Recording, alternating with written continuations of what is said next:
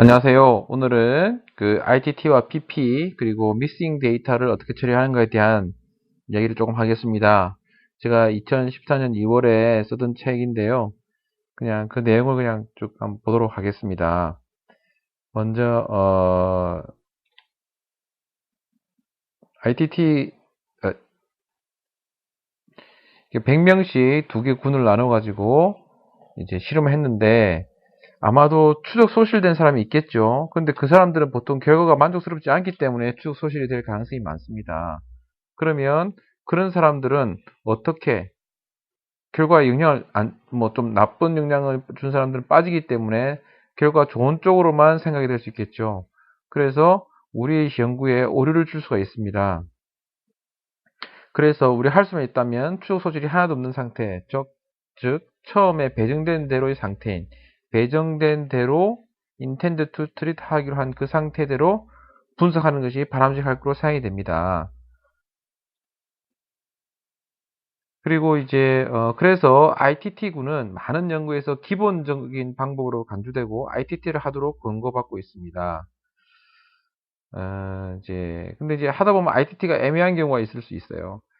예를 들면 이제 김군은 A군에 배정된 환자인데 연구자가 실수로 그냥 B군에 넣어버린 거예요. 배정은 A를 했지만.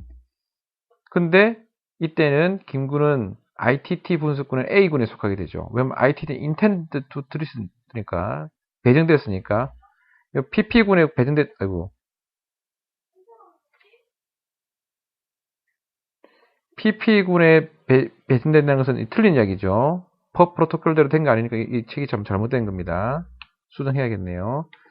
만약에 A군은 A약을 먹도록 배정됐는데, 실제로 약을 한번 먹고 나서 부작용이 심해서 B군에 들어가게 됐다 그러면, 이거는 ITT군에서는 여전히 A에 속하고, PP는 B군에 이거 틀렸습니다.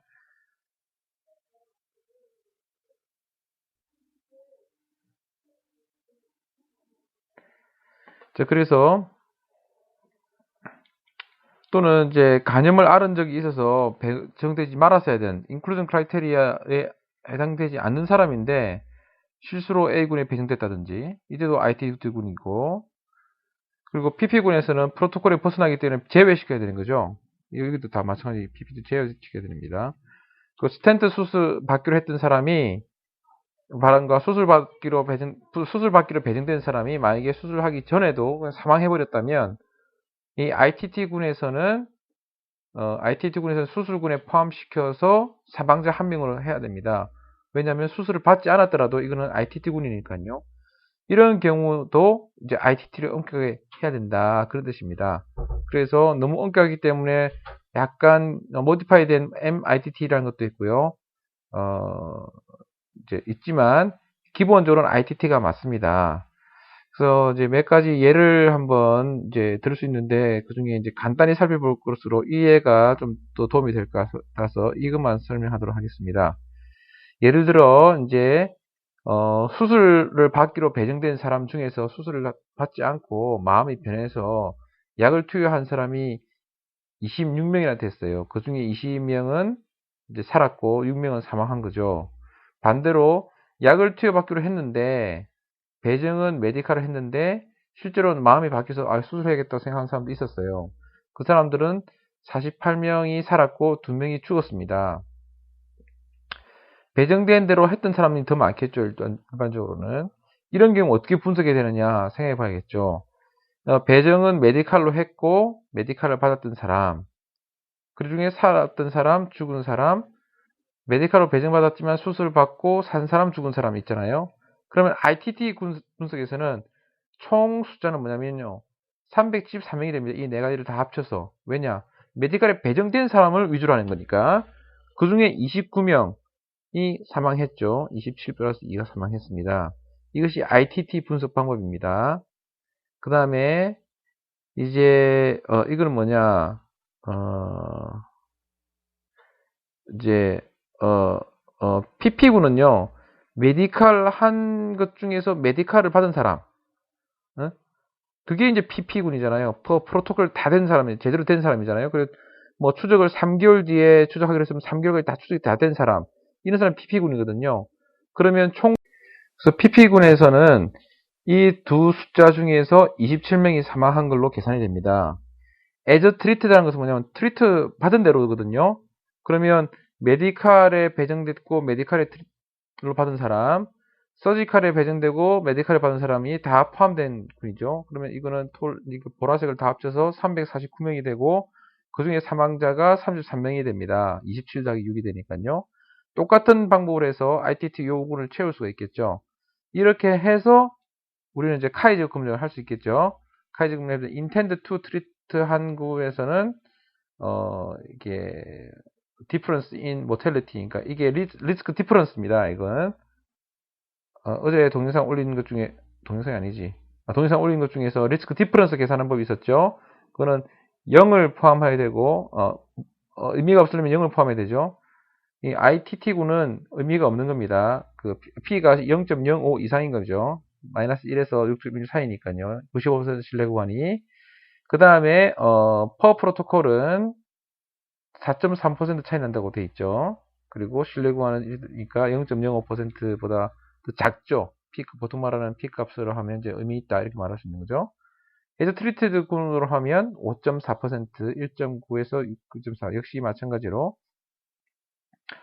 이렇게 의미 있는 걸로 봐집니다. 그래서 이제 위의 순서를 보면 ITT 군이랑 PP랑 에저 트리티드를 보면 이런 식으로 유의하게 나타나는 것을 볼 수 있습니다. 이 수는 항상 그런 건 아니지만 보통의 경우는 ITT가 가장 의미가 없는 쪽으로 나는 것이 보통입니다. 그래서 이제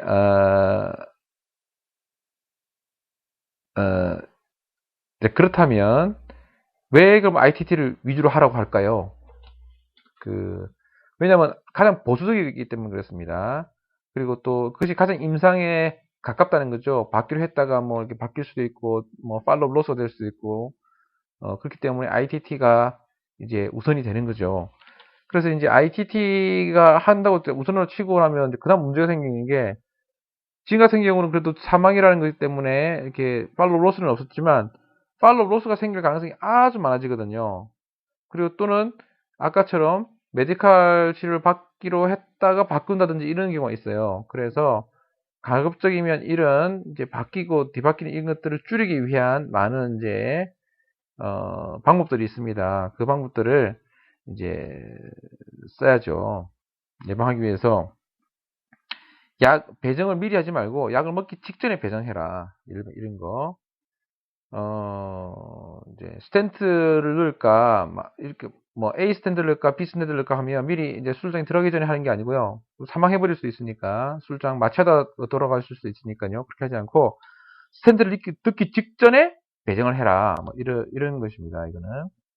그 다음에 이제 변동에 약간 방치를 맞고서 해야 되죠. 예를 들면 3개월째 결과를 팔로우 하기로 했다 그러면 3개월째 아니고 플러스 마이너스 2주라든지 이런 식으로 하고 추적 기간을 길게 잡을수록 어렵죠. 그래서 추적 기간을 짧게 잡는 게 좋겠고 뭐 장기간 추정이 필요하다면 랜덤마이즈 위드드롤 디자인을 생각해 볼 수 있다. 그리고 프라이머리 아웃컴은 결적자가 생기지 않도록 할 수 있습니다. 예를 들면 구제약까지 사용 기간이라든지 뭐 이런 등들을 페일류로 강조하겠다. 뭐 이런 것들 다 하면 결과적으로 결적자가 생기지 않겠죠. 제가 봤던 또 어떤 논문을 보니까 스텐트를 넣었는데 프라이머리 아웃컴을 스텐트 사망으로 잡지 않고 스텐트가 막히는 거를 이제 잡았더라고요. 그러면 이제 스텐트 사망률에서는 이제 스텐트 막히게 된 경우에 뚫어진 시술하고 살 수도 있잖아요. 그렇기 때문에 이제 막히는 거를 이제 프라이머리 아웃컴을 잡을 수가 있죠. 연구를 할 때도 여러 가지 팁들이 있습니다. 좀 생략하기로 하고. 결적치를 이제 메꿔 넣어야 되는 거죠, 이제는. 결적치를 메꿔 넣어야 되는데, 이제 연구를 하다 보면 실제 결적치를 추정해가지고, 결적치가 있는지 없는지 파악해야 되는데, 필드 기능을 쓰게 되면, 이렇게 필드 값이 없는 것을 찾아주니까, 좀 더 찾기 쉽겠죠? 그 다음에 이제, 아예 무시해버리고 하는 방법, 이 통계 패키지는 대부분 무시해버리죠. 이건 중요한 게 아닌 것 같고, 이제, 그 다음에 넣는 방법 중에 싱글 임퓨테이션이라는 게 있습니다. 그리고 멀티플 임퓨테이션이라는 게 있고요. 이건 좀 복잡하죠. 싱글 임퓨테이션은 좀 쉬워요.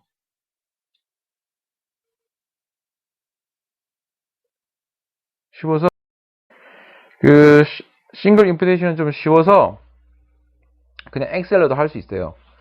그 개념만 우선 설명하자면 rest observation carried forward라는 게 있는데요. 뭐 3, 6, 9개월째 팔로우를 하고 이제 9개월 거를 이제 프라이머리 아웃컴을 했다 그러면 그냥 맨 뒤에 있는 이거를 그냥 끌고 오는 거예요. rest observation은 90점을 끌고 오는 거죠. 가장 쉽게 할 수 있는 방법이고 가장 많이 사람들 논문에 보면 이렇게 나오고 이제 임퓨테이션 하면 꼭 항상 이 방법이 나오는데 가장 비판도 많이 받는 방법이에요. 그러면 이게 맞지가 않겠죠. 그렇기 때문에 50을 그대로 넣으면 안 되겠죠. 그렇지만 워낙 쉽기 때문에 하고 이 방법도 마찬가지예요. 이 방법도 같은 필드에 있는 이 값 있죠. 88, 60, 60 이거를 다 평균을 채워 넣는 거예요. 이러면 이게 또 값이 똑같아지겠죠. 이거는 이제 이거 뭐 아주 나쁘겠죠.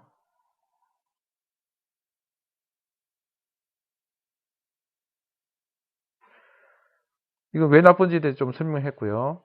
하텍 임퓨테이션이라는 것도 있고요. 리그레션 민 임퓨테이션이라는 것도 있어요. 회귀직선을 활용한 건데 이것도 이제 뭐 좀 엑셀로 할 수도 있어요. 개념을 잘 생각하면 이 엑셀 이 수식을 써가지고 이 결과값을 예측할 수가 있어요. 그리고 이제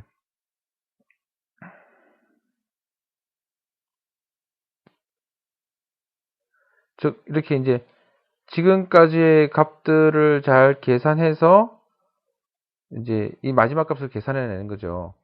그리고 이제 근데 이것도 역시 엑셀로 이제 잘 따져가시면 엑셀로 할 수 있는데 그걸 뭐 그렇게 권할 만하지 않아요. 통계 프로 패키지 해주면 제일 좋겠죠.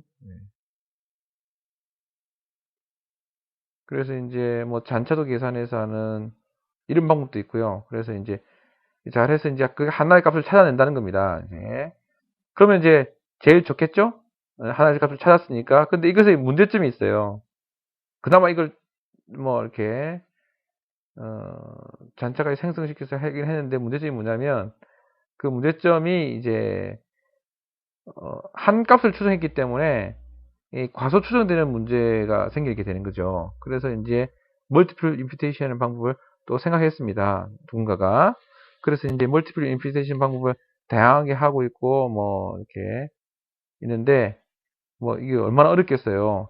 그 SPS 여기 보니까 SPS 2022가 된다고 되어 있더라고요. 그 우선 요것도 좀 볼 필요가 있겠습니다.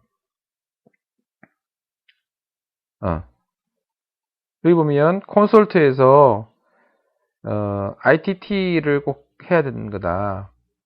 확대를 할 수 있나 이거?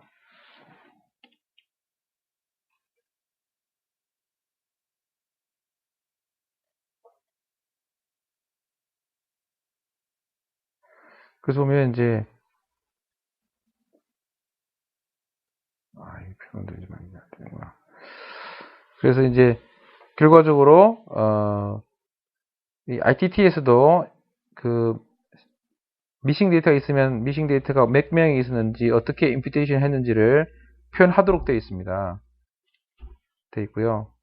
그 다음에 이 체크리스트도 마찬가지로 무작위 대조인과 아닌 그 체크리스트인 트렌드에도 역시 마찬가지로 결적치에 대해서 표현해라. 몇 개나 있었는지 표현하고 어떻게 미싱 데이터를 임퓨테이션 했는지도 표현해라 돼 있고 스트로베에도 역시 마찬가지 그런 이야기 나옵니다. 그렇기 때문에 결과적으로 미싱 데이터에 대해서는 그 RCT뿐 아니라 옵저베이션 스타디도 해야죠. 왜냐면 옵저베이션 스타디는 그걸 하지 않으면 그 라인이 싹 다 없어져요. 그러니까 만약에 나이가 하나 없다 그러면 그 나이가 없어지고 뭐 체중이 없다 그러면 체중이 없어지고 이러면 전집수는 많이 없어지거든요. 그렇기 때문에 임퓨테이션을 할 필요가 있습니다. 그래서 소프트웨어들이 여러 종류가 무료가 있어가지고 무료도 한번 알아보는데 이거는 미시간 대학에서 나온 건데 IWE 웨어 이거는요 미싱 데이터도 해주고 동시에 포화송 리그레이션 뭐 이런 거 콕스 모델이라든지 로지트 리그레이션 같은 것도 같이 해주는 걸로 되어 있습니다. 이거는 이제 사스인가? 이거는 S 플러스라는 이제 스타타나 그런 이제 S 플러스라는 통계, 스타타나 사스 같은 그런 통계 프로그램과 하나 비슷한 건데, 역시 라이브러리 중에 하나는 놈이라는 라이브러리고요. 이 독립된 프로그램으로도 되어 있다고 되어 있습니다. 뭐 제가 이런 거를 잘 알아서 이 프로그래밍과 이제 이 프로그램을 잘 알아서가 아니고 그냥 소개하려고 한 거예요. 저도 사실 이렇게 인피테이션을 많이 해본 적이 없습니다. 그리고 이제 이런 S 플러스 이런 프로그램 쓴 적도 없고, 근데 이제 하려고 하면 이런 게 필요하다는 거죠. 자, 표현을 한번 해보겠습니다. 표현은 이제 콘솔트를 한번 보겠습니다. 콘솔트에 보면 intended to treat를 해야 된다. 이렇게 widely recommended 된다. 이런 것들을 써놨고요. 그 다음에 strict 이것이 좀 힘들다. 왜 힘드냐? missing data 때문에 힘들고, 그 다음에 adherence가 없는, 뭐 사람이 소실된 건 아닌데 약을 잘 못 먹는 사람 있잖아요. 이런 사람들이 좀 힘들다. 이런 이야기 했고, missing item은 맞죠? simple imputation method. 이게 많이 쓰이고 있죠. last observation carried forward 있지만 이거는 상당히 안 좋다. 뭐 이런 식의 이야기가 많이 있을 겁니다. 아마 바이어스가 많다. 그리고 이제 프로토콜을 잘 지키기 위한 이런 것들에 대해서 그 자세한 설명들이 있습니다. 그런데 왜 이렇게 자세한 설명이 있냐면 그만큼 ITT가 중요하기 때문이죠. 많이 권장되기 때문입니다. 그리고 실제 뭐 애니제임 같은 거 보면 뭐 ITT 이야기가 꼭 항상 나와 있어요. 근데 이제 실제 ITT라고 해놓고 ITT 안 한 경우도 많다. 그런 것들이 이제 아까 논문에서 나와 있긴 했습니다. 자, 실제 어떻게 되는지 한번 볼까요? 여기서는 제가 몇 가지 예를 들었을 거예요, 아마. 그래서 다양한 방식으로 ITT를 어떻게 했고, 어떻게 그 추적 소실된 사람을 어떻게 메꿔넣었다. 이런 식으로 표현이 되어 있습니다. 그래서 어떻게 이렇게 했다. 그래서 실제 제대로 된 아주 연구를 잘 하려면 이런 다 고려를 해줘야 되는 거죠. 뭐 이런 것들도 좀 소개되어 있습니다. 그래서 논문을 보실 때 ITT나 PP를 어떻게 했는지, 또 그걸 어떻게 논문에 표현했는지, 또 그리고 ITT를 하기 위해서 추적 소실을 얼마나 줄이기 위해서 노력을 했는지, 그리고 임퓨테이션 그 소실된 자료들을 어떻게 메꿔 놓는지에 대해서 잘 보시는 것이 좋겠습니다. 여기에 보면 방스 블라인드 인덱스라는 게 나와요. 그러니까 블라인딩이 잘 됐는데 블라인드가 잘 된 거를 확인해 보기 위한 방스 블라인드 인덱스라고 있는데 저희 한국 출신의 교수님인데요. 이제 미국에서 지금 계신 교수님인데 이런 인덱스를 만들었고요. 이제 블라인딩 하는 이 잘 되는지를 보는 인덱스 중에서 가장 많이 쓰이고 있는 인덱스 중에 하나입니다. 그리고 그래서 제가 이제 이 방스 인덱스를 이제 엑셀 파일로 만들었어요. 그래서 이제 카페인가 어딘가 올려뒀기 때문에 이제 그 쓰시면 되겠습니다. 필요하시다면 말이죠. 그 다음에 다른 논문도 나와 있고요. 이런 식으로 어쨌든 ITT나 PP가 잘 된 논문들이 있습니다. 그리고 그것들에 대해서 이제 알아보시면 보시면서 사용하시면 더 좋겠네요.